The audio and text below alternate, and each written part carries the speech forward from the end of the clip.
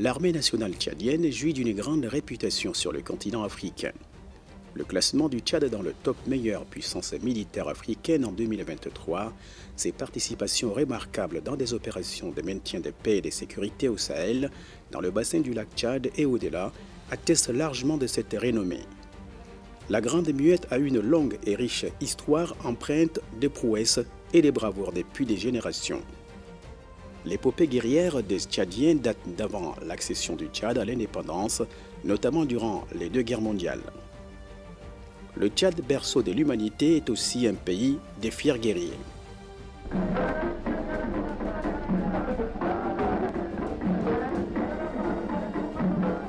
Par devoir de mémoire, la libération de la France ne saurait être évoquée sans faire référence au Tchad, premier pays africain à avoir rallié la France libre du général de Gaulle le 27 août 1940.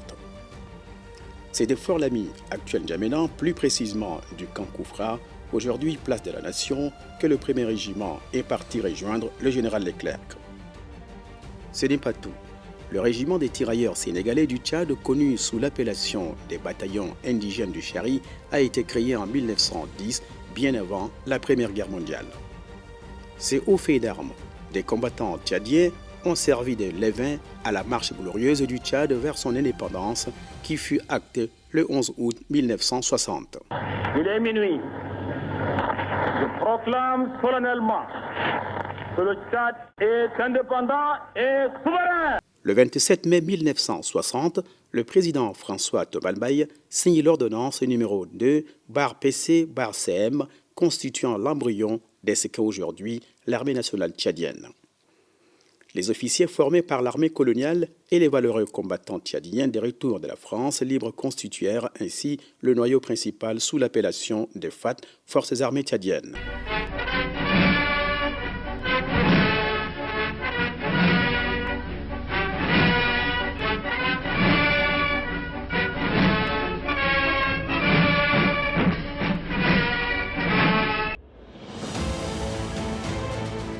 Les FAT évolueront progressivement jusqu'à l'ouverture des centres d'instruction, écoles de formation et des premiers recrutements en 1965. En 1975, intervient le coup d'État qui a vu la création du CSM, le Conseil supérieur militaire. Malheureusement, l'échec de la transition militaire engagée par le CSM conduira à la dislocation des FAT et la création de plusieurs tendances dont les forces armées du Nord, FAND de Hissène Habré.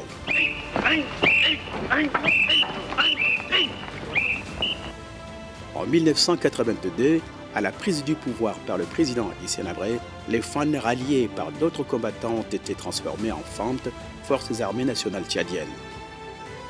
À l'entrée du mouvement patriotique du salut en 1990, les Forces armées nationales tchadiennes vont une nouvelle fois changer de dénomination. Elles deviennent Armée nationale tchadienne en 1992 et l'institution ANT sera consacrée par la Constitution de 1996. La nouvelle Armée nationale tchadienne ainsi créée est composée de l'armée des terres, de l'armée de l'air, la gendarmerie nationale, la garde nationale et nomade du Tchad et d'autres unités spécialisées. Notre armée a marqué le monde dans les années 80. Pendant la guerre contre la Libye de Kadhafi. Malgré que nous étions un pays pauvre, mais notre armée a pu débouter hors de notre frontière les envahisseurs libyens. Donc notre armée a une grande histoire. Et après, c'est vrai, notre armée a continué d'être appelée dans beaucoup de missions au Congo, en Centrafrique. Et en 2013, le président de la transition malienne a fait appel au Tchad pour contrer le terrorisme. Mais nous combattons aussi Boko Haram avec la force multinationale qui est composée de 6 pays. Nous avons la force mixte Tchad-Soudan, Et donc je crois que notre armée a beaucoup fait et est en train de faire beaucoup de choses, non seulement pour protéger notre frontière, mais au-delà de nos frontières aussi, elle joue un très grand rôle.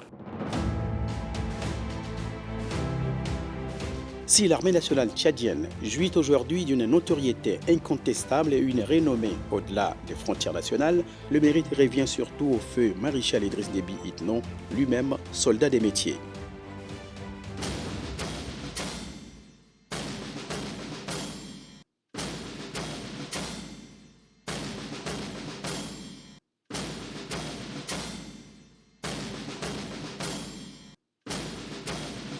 Maréchal de Tchad Idriss Déby Itno, paix à son âme. En son temps, il a quand même pu mettre en place une grande institution qui est l'armée. C'est une institution qui est déjà organisée, structurée, bien équipée, et aussi des cadres compétents qui peuvent faire l'affaire. L'institution qui était devenue l'ANT a eu un premier test grandeur nature. Il s'agit de la mort brutale de son chef suprême, le maréchal du Tchad, Idriss Déby Itno. Cet événement malheureux a failli plonger tout le pays dans la violence et la déchirure. C'est en toute responsabilité que la Grande Muette a su éviter le drame au pays. Mieux, l'avènement de la transition a ouvert une autre page dans l'histoire de l'ANT. Le président des transitions, chef suprême des armées, général Mahamat Idriss Déby Itno, a décidé de lui insuffler une nouvelle dynamique à coup d'actions fortes à inscrire dans l'histoire. C'est le maréchal qui est l'initiateur d'abord des réformes actuelles qu'on est en train de faire. Vous savez aujourd'hui que l'armée tchadienne, depuis les années 60 jusqu'en 2021, 70% de nos effectifs gagnaient en deçà du SMIC. L'objectif premier du président Mahamat désigné à la tête de cette transition, c'est d'abord d'améliorer les conditions de vie de nos militaires. Du côté équipement, l'armée tchadienne est très bien équipée, mais du côté social, l'armée tchadienne est un peu délaissée depuis des années. Donc c'est en ce sens que on a entrepris des réformes pour revaloriser le salaire des militaires. En janvier 2022, maintenant, on a adopté le texte pour revaloriser l'indice des soldats. N'oublions pas qu'on avait aussi fait un contrôle biométrique pour dégager à hauteur de 10 000 personnes, des gens qui émergeaient un peu illégalement sur le sol de l'armée. L'armée a institué aussi sa propre caisse d'assurance maladie dans le cadre de la prévoyance sociale des militaires. Vous savez, aujourd'hui, un soldat tchadien ne peut pas se soigner à 100% à sa charge. Donc, avec la CAMA maintenant, le militaire va se faire soigner gratuitement dans les hôpitaux militaires et aussi communautaires ou les hôpitaux publics. Et la caisse paye directement les prestations de soins aux hôpitaux. Les charges alimentaires coûtent aussi énormément trop cher. Donc on avait nécessaire de créer l'économie des armées pour assurer la vente des denrées alimentaires de première nécessité aux militaires, des ventes subventionnées. Ça permettra aussi aux militaires de réduire ces charges. On avait pensé aussi aux militaires retraités, aux veuves, aux orphelins. Donc on avait modifié les textes, surtout l'ordonnance qui a permis de prendre en charge aussi les orphelins, les veuves et les retraités militaires. Les enjeux actuels veulent que l'armée soit forcément modernisée pour répondre à des critères nationaux comme internationaux. Sous d'autres cieux aujourd'hui, vous voyez, l'armée fait tout. Les réformes entamées s'inscrivent d'abord dans une logique de modernisation et de professionnalisation de l'armée nationale tchadienne dans le respect des normes internationales. Il s'agit d'une adaptation visant à impliquer l'armée dans le développement socio-économique du pays. Ces réformes s'imposent car pour le président des transitions, il n'est point question de ternir l'image et le prestige de l'armée nationale tchadienne acquise au prix des hauts faits d'armes hors des frontières nationales. L'ANT était notamment dans le septentrion malien avec les FATIM, Forces armées tchadiennes d'intervention au Mali, FATIC, Forces armées tchadiennes en intervention au Cameroun, FMM, Forces multinationales mixtes FOMUC, Forces multinationales en Centrafrique devenues plus tard FOMAC, force multinationale de l'Afrique centrale et la force conjointe du G5 Sahel. Le vaste chantier de réformes ouvert comprend entre autres l'adoption d'une dizaine de lois et leurs décrets d'application, lesquels induisent des changements profonds dans la carrière, les conditions de vie et de travail des hommes et femmes qui composent l'armée nationale tchadienne.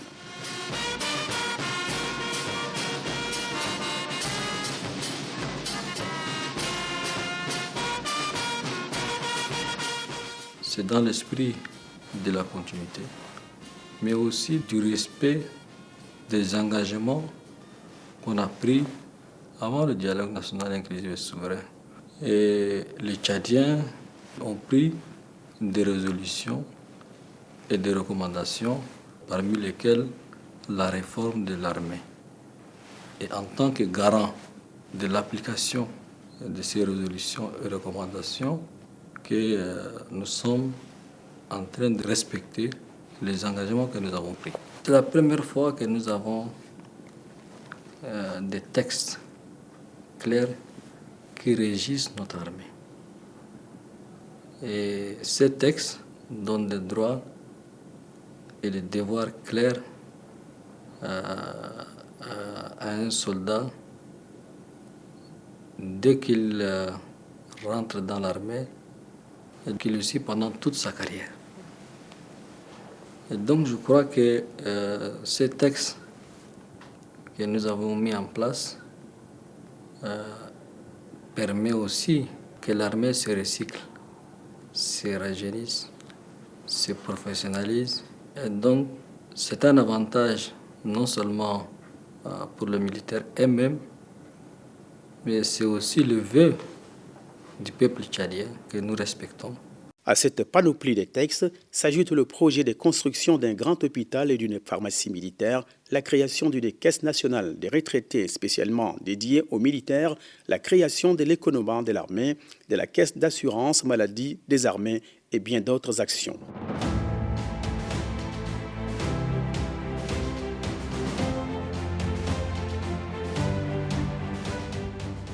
La CARMI, c'est l'affiliation et l'immatriculation des pensionnés militaires et des ayants droit, et la liquidation des pensions des affiliés ou des ayants droit, pension des retraités, pension d'invalidité, pension de réversion, la gestion des risques professionnels des militaires. Jusqu'ici, nous n'avons pas de difficultés.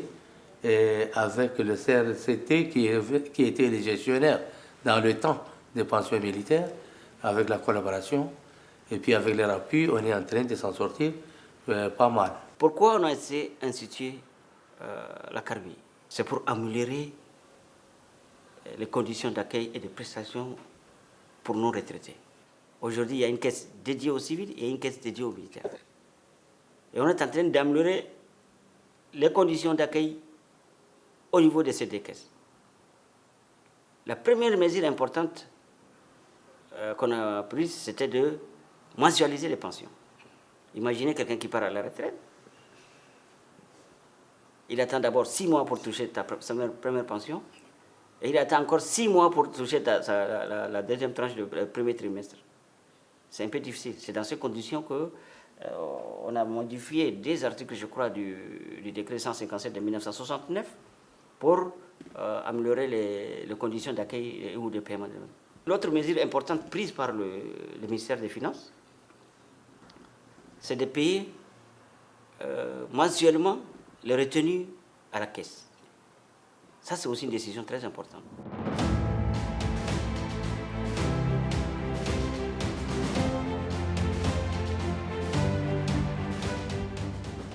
Le commandement joue un rôle essentiel et vital au sein de l'armée nationale tchadienne. Cette institution a été créée pour offrir des facilités aux forces de défense et de sécurité, les retraités ainsi que leurs familles dans l'acquisition à un coût préférentiel. Avec notre propre structure, maintenant on va contrôler les prix pour rendre accessibles les aliments subventionnés, les denrées subventionnées aux militaires.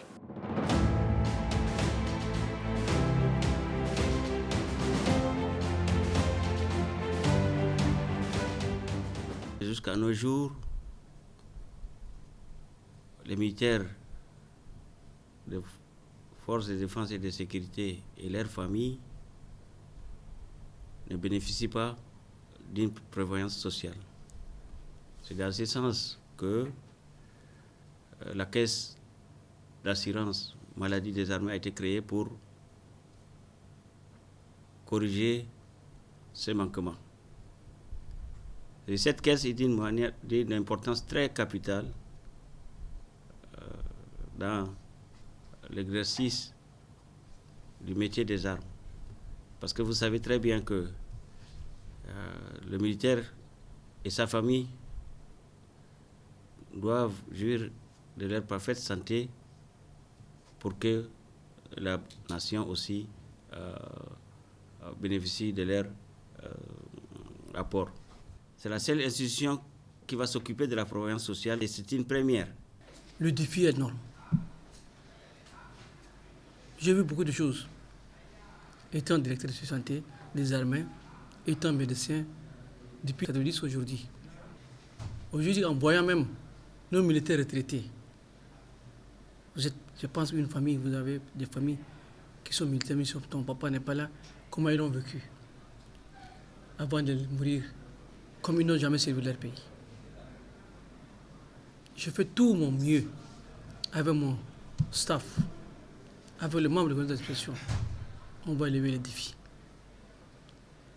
Porte par porte, je vais chercher mes frères d'armes retraités, orphelins, veuves.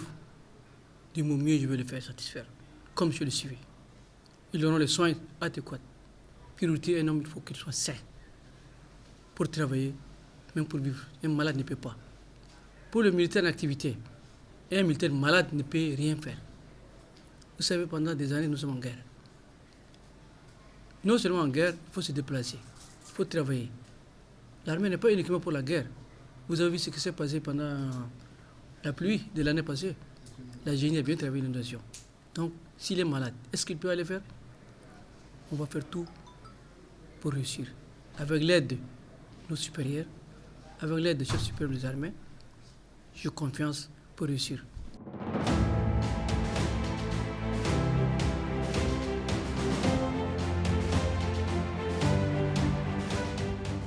Contrairement à la direction générale du génie militaire, l'Office du génie militaire et de la production, en abrégé au GEMIP, est un établissement public à caractère technique et commercial doté de l'autonomie de gestion administrative financière sous la tutelle de l'état-major général des armées. Donc, c'est un organisme institué dans le but de promouvoir le potentiel du génie militaire en matière de l'exploitation dans le domaine des infrastructures, de l'agriculture, de l'élevage, de l'industrie et des mines. Donc, en plus de ces missions traditionnelles d'appui à la mobilité, contre-mobilité opérationnelle. Les réformes sont ainsi engagées, les différentes institutions se mettent en place et le processus suit son cours. Déjà des changements dans la vie du soldat, notamment retraités, sont aujourd'hui perceptibles.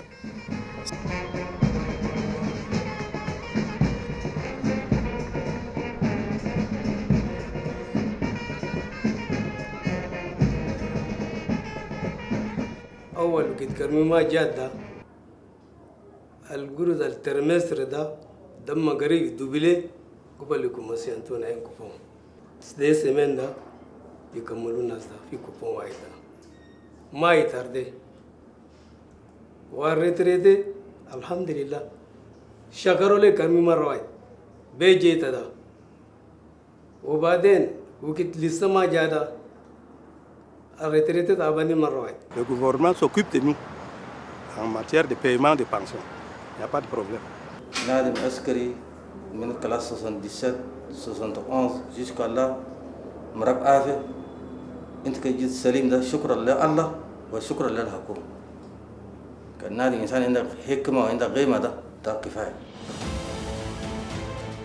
Si pour cette réforme, plusieurs lois ont été déjà adoptées et leurs décrets d'application signés, une disposition a fait particulièrement couler beaucoup d'encre et de salive. Il s'agit de l'admission à la retraite de plusieurs officiers généraux. Cette retraite est normale compte tenu de la réforme, ça fait partie de la réforme militaire. Parce que nous avons besoin d'une armée jeune, capable, dynamique, structurée, qui doit répondre aux exigences du peuple tchadien, c'est-à-dire sécuriser le peuple, leurs biens et la patrie tchadienne. Nos lois qui nous régissent depuis des années précisent la date limite des retraites. Et c'est en 2010 qu'on a gelé les retraites parce que quand on envoyait les gens à la retraite, 6 mois après, ces mêmes personnes trouvent des difficultés et parfois des problèmes de santé, parfois d'autres choses. Et le feu maréchal avait jugé nécessaire de geler la retraite pour permettre de trouver de bonnes conditions de retraite à nos secours. Donc ça fait pratiquement 13 ans aujourd'hui qu'on a gelé notre retraite. Imaginez toutes ces vagues de 13 ans qui sont atteints par la limite d'âge et qui doivent aller au même moment à la retraite. Il y a 400-300 hommes par an et sur 13 ans, c'est déjà énorme. Donc on est en train de gérer ça progressivement du grade le plus élevé vers le grade le plus bas. La retraite, c'est un processus normal. D'ailleurs, les lois ont défini bien avant. Tout militaire doit être conscient qu'un jour, il va quitter les bateaux. C'est la vie qui est faite ainsi. La gestion de la chose publique doit être impersonnelle.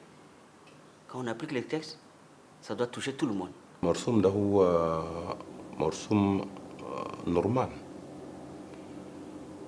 وهو شغل القاعد في قانون هنا تشاد.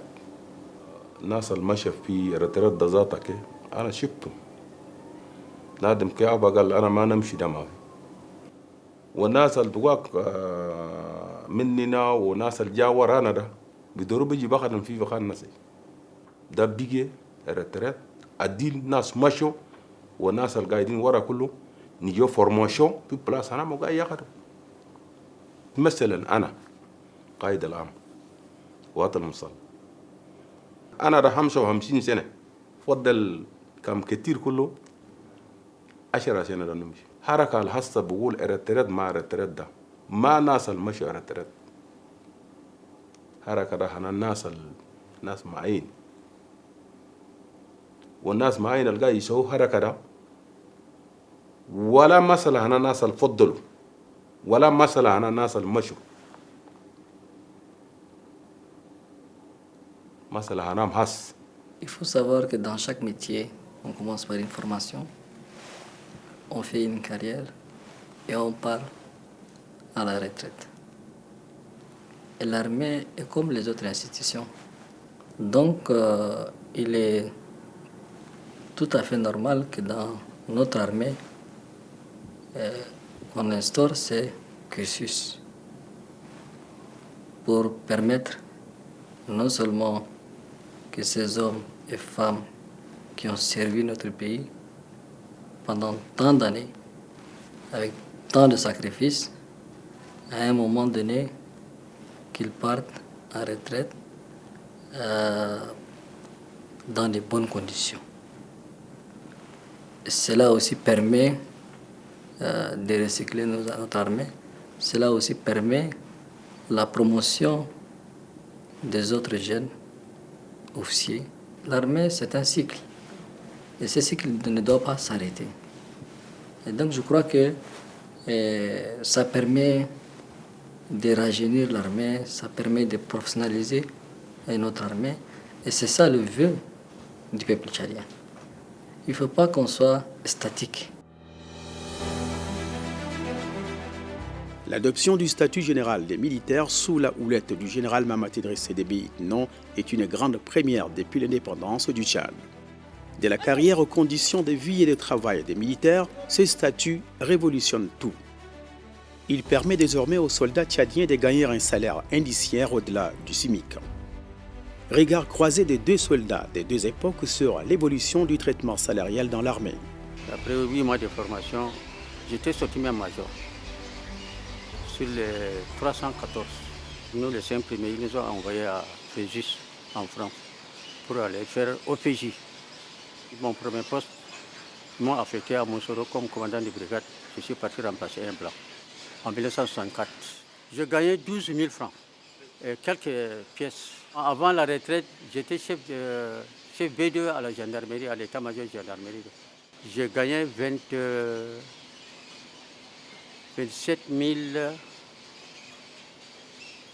800 quelques. Après le concours de tests pixotechniques dont j'étais admis en tant qu'élève officier, je suis allé en Algérie pour faire la formation du pilotage. De retour au pays, entre-temps, on gagnait, pour un pilote, c'est les 140 000 francs. Donc jusqu'à on est arrivé à obtenir notre statut de l'armée de l'air au temps du défunt maréchal. Maintenant, on a l'ordonnance 002 qui vient de se mettre en place. Et c'est ça qui a fixé maintenant les taux, la solde indiciaire quand même, qui a été augmentée pour les différents corps. Et à l'issue de ça, donc, nous conservons toujours notre statut particulier de l'armée de l'air. Je vous confirme que maintenant les pilotes sont mieux traités. Une autre question fondamentale traitée dans cette réforme est la prétendue présence d'enfants soldats dans les rangs de l'armée nationale tchadienne. Si, au nom de la paix et de la réconciliation, les enfants avaient été signalés dans les rangs des mouvements rebelles, désormais les textes sont clairs. Les enfants soldats, on entend parler dans d'autres armées, dans d'autres nations, pour certaines conséquences ou pour certaines circonstances. Mais chez nous, ici, on a assez d'hommes qui sont majeurs pour ne pas recruter les enfants soldats. Et en tant que BN, je vous confirme que dans nos bases, nos fiches, on n'a que des hommes majeurs qui ont au moins atteint 18 ans. Et ça, c'est parce que la loi nous interdit de recruter les enfants. Aujourd'hui, avec la nouvelle réforme engagée par le président de la transition, l'enfant tchadien, sa place, c'est à l'école, ni dans le groupe armé, ni dans l'armée. Aussi, le président de la transition a instruit notre hiérarchie de mettre des moyens nécessaires dans tous les différents centres des instructions et modules qui enseignent dans le cadre de protection de l'enfance au temps de guerre ou en temps de paix. Les commandants des unités, les chefs hiérarchiques doivent apprendre cette directive présidentielle. Au-delà des textes et nouvelles institutions, un fait marquant et non des moindres a été enregistré dans l'histoire de l'ANT. À la faveur du nouveau vent qui souffle dans le milieu des forces de défense et de sécurité, 3 femmes tchadiennes ont arboré pour la première fois en 63 ans d'indépendance les prestigieuses étoiles de général de brigade et des contrôleurs généraux des polices.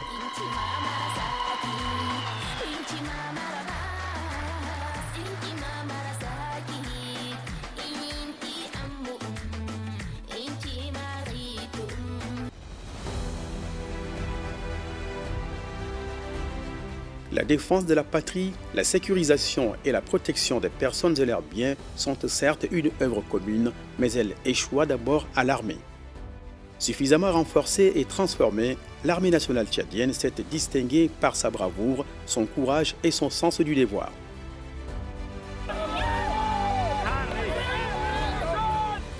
C'est aujourd'hui l'armée tchadienne qui joue vraiment le rôle de pompier pratiquement dans la sous-région. Et ça, c'est une fierté. Ils ont été toujours à la hauteur. Je félicite et je remercie les forces de défense et de sécurité et je les encourage davantage de serrer la ceinture pour que le peuple tchadien soit en paix et ce pays-là soit stable. Homme de terrain, pétri des hauts faits d'armes et maîtrisant le langage juste et les expressions fortes qui fondent et renforcent la psychologie des troupes, le chef suprême des armées reconnaît et salue les mérites et les sacrifices consentis par l'ANT.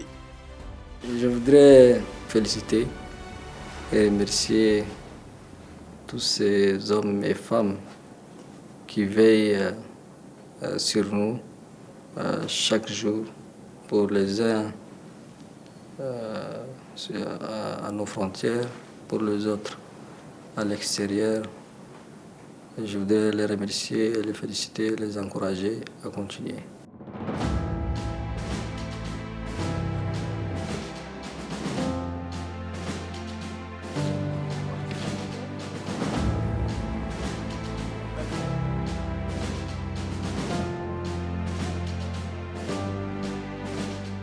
Une armée respectable et respectée est celle qui est au service de sa population. Son chef suprême oriente.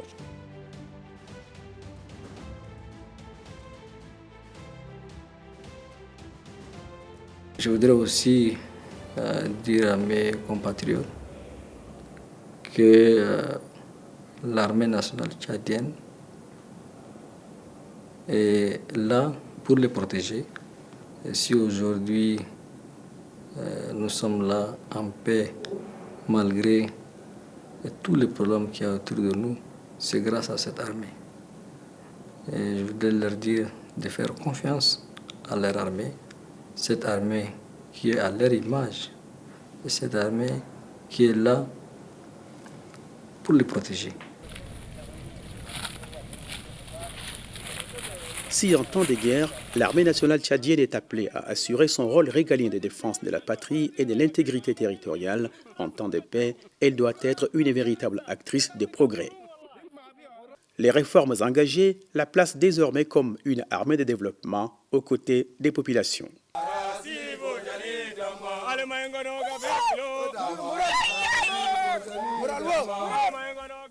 L'armée, ce n'est pas seulement la guerre.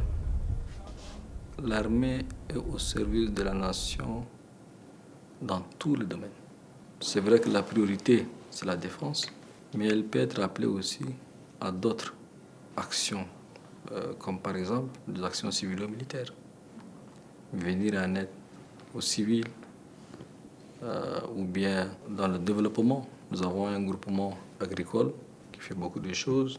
Nous avons aussi une unité qui est chargée de venir en aide à des moments, par exemple, de catastrophes naturelles. Notre armée a évolué. Elle a tellement évolué qu'aujourd'hui, elle peut en même temps protéger les Tchadiens, mais en même temps jouer son rôle pour le développement de notre pays.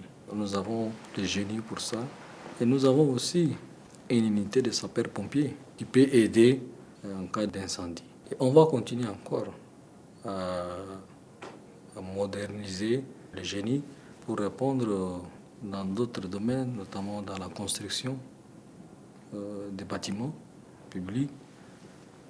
Et tout cela est inscrit dans nos textes. Le génie militaire est devenu un acteur à part entière du développement de notre pays. Le GMIP, c'est aussi l'armée proche de sa population dans la situation particulière, comme les catastrophes naturelles. Beaucoup l'ont remarqué en 2022 lors des inondations de notre pays aussi. Il a été démontré que l'armée n'est pas seulement faite pour la guerre, mais peut aussi être un acteur direct majeur de contribution de développement socio-économique. Il y a toutes les compétences dans l'armée. Merci à l'armée tchadienne.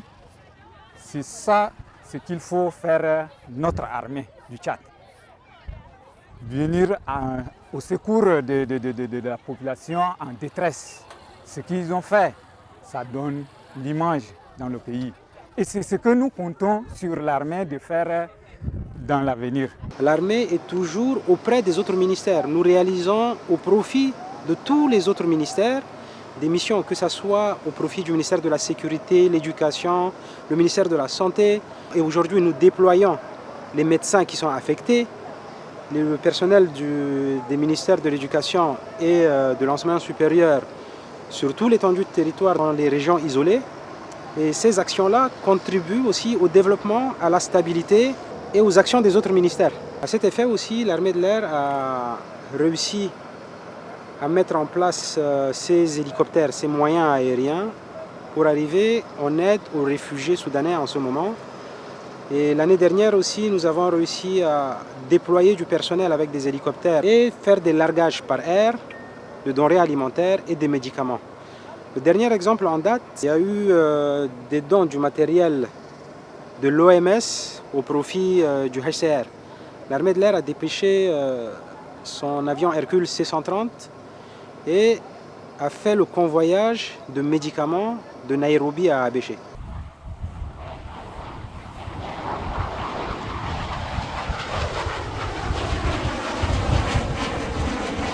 Terrorisme, grand banditisme et trafic illicite de tout genre, les défis sont grands et ne laissent d'autre choix à l'armée nationale tchadienne que de s'arrimer. Nous avons fait l'acquisition des nouveaux vecteurs. que ce soit dans le domaine du renseignement, dans le domaine de l'appui rapproché des forces au sol. L'armée de l'air s'est dotée d'avions ISR.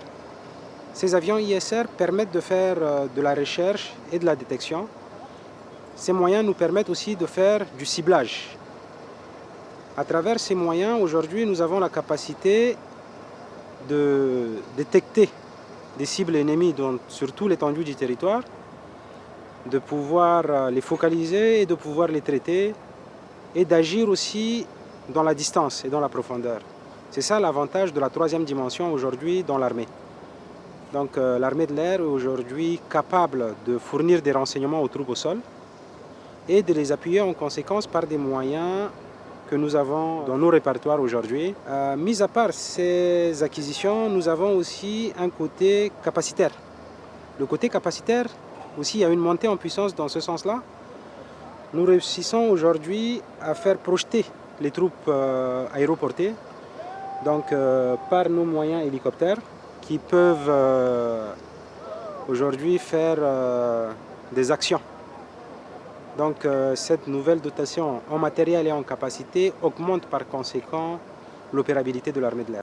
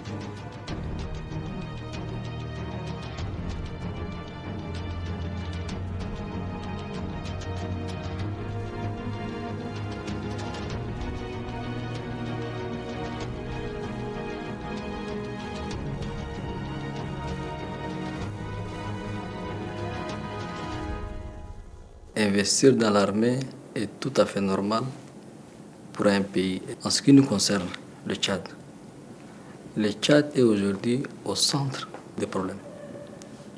Nous combattons le terrorisme. Nous avons des pays qui sont en guerre civile. Et il est tout à fait normal de donner des matériels adéquats à notre armée pour protéger notre pays. Il ne peut pas y avoir de développement sans la paix. Et le pilier de la paix et de la stabilité, c'est notre armée.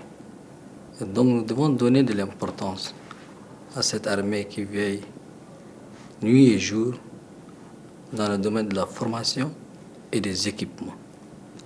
La transition ne veut pas dire que c'est la fin en soi. Mais c'est pendant la transition que nous devons être forts et nous devons être solides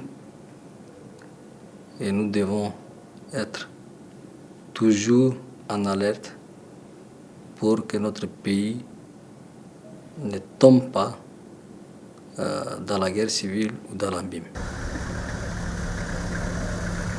Au-delà des textes, des nouvelles structures et de l'équipement, le développement des ressources humaines occupe une place centrale dans le processus de réforme de l'armée, véritable vivier d'emploi et d'expression des talents.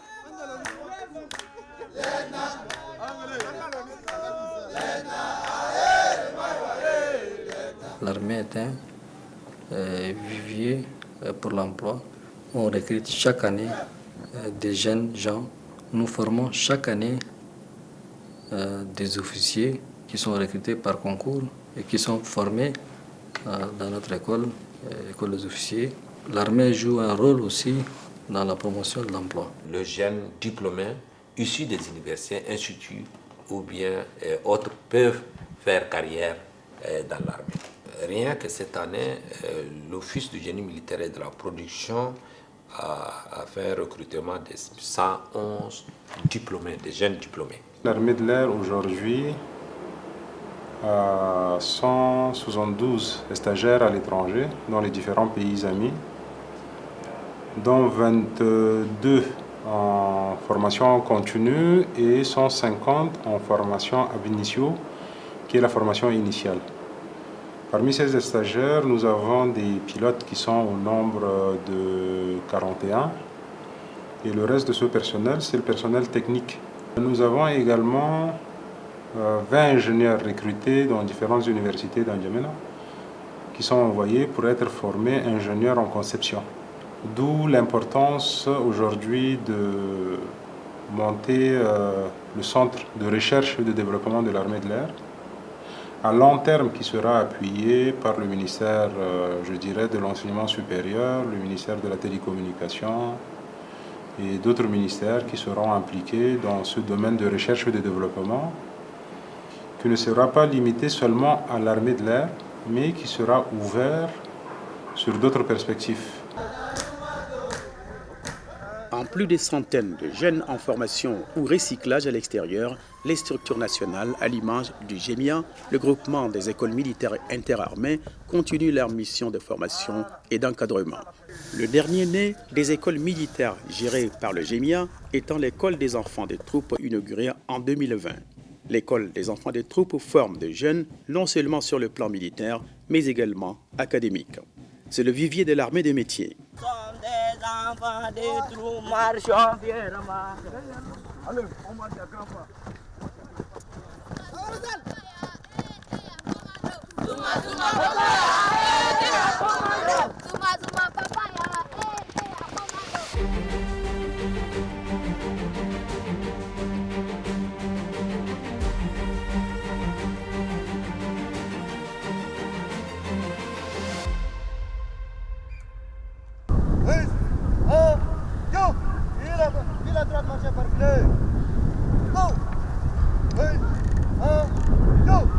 Avec courage, abnégation, en travaillant avec différence, tu feras la fierté du Tchad de tous les temps, la maîtrise des connaissances et des fiertés de la nation.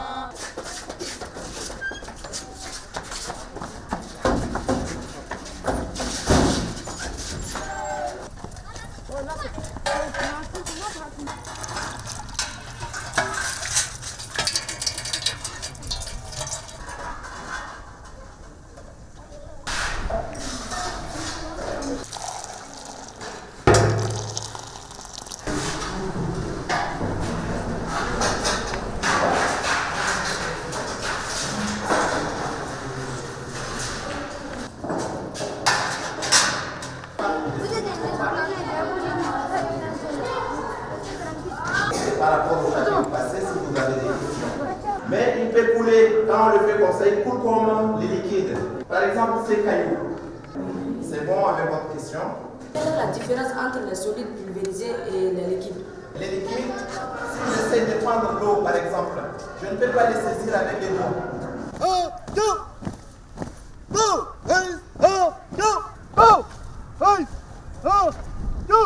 Il a droit de marcher par filet. Par filet. Par filet. Par filet. Filet. En avant.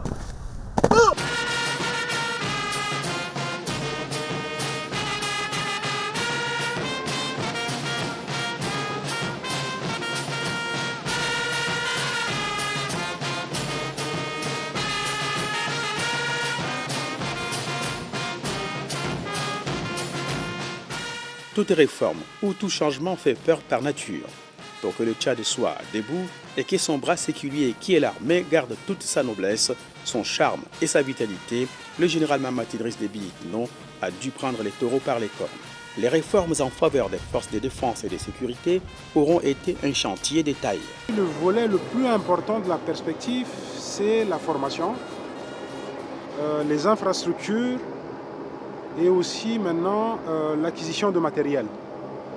Donc ces trois perspectives, si on arrive à les développer, nous continuerons à monter en puissance dans le développement, dans la modernisation, dans le professionnalisme et dans la réforme de l'armée en général. Nous avons eu la chance et le courage d'entreprendre beaucoup de réformes. Il nous reste des choses avant la fin de la transition et ce qui permettra de dire qu'on a bouclé la boucle. C'est-à-dire de rendre opérationnelle la justice militaire. Ça, c'est l'une des grandes réformes institutionnelles qu'on avait entreprises. L'autre grand défi qui nous reste à revoir, c'est d'avoir un hôpital militaire de référence. Vous savez que dans tous les pays du monde, aujourd'hui, les hôpitaux militaires sont les mieux connus et les mieux équipés. Dans le même sens, on a aussi créé une pharmacie centrale des armées. Parce que vous savez qu'aujourd'hui, l'approvisionnement des médicaments, c'est un grand défi au Tchad. Tout cela a eu lieu pendant la première transition et la seconde. Et nous entamons encore d'autres. Tout ne peut pas se faire en un seul jour. C'est un début, mais cela va continuer. L'armée est appelée à toujours continuer à se professionnaliser. Il y aura d'autres choses encore, notamment la création de l'école de l'armée de l'air, la création de l'école de guerre. Nous avons beaucoup d'autres ambitions pour notre armée, pour que notre armée évolue avec son temps. Dans sa quête de construction d'une armée forte, véritablement nationale, professionnelle, efficace et au service de la patrie, lentement mais sûrement, le Tchad avance.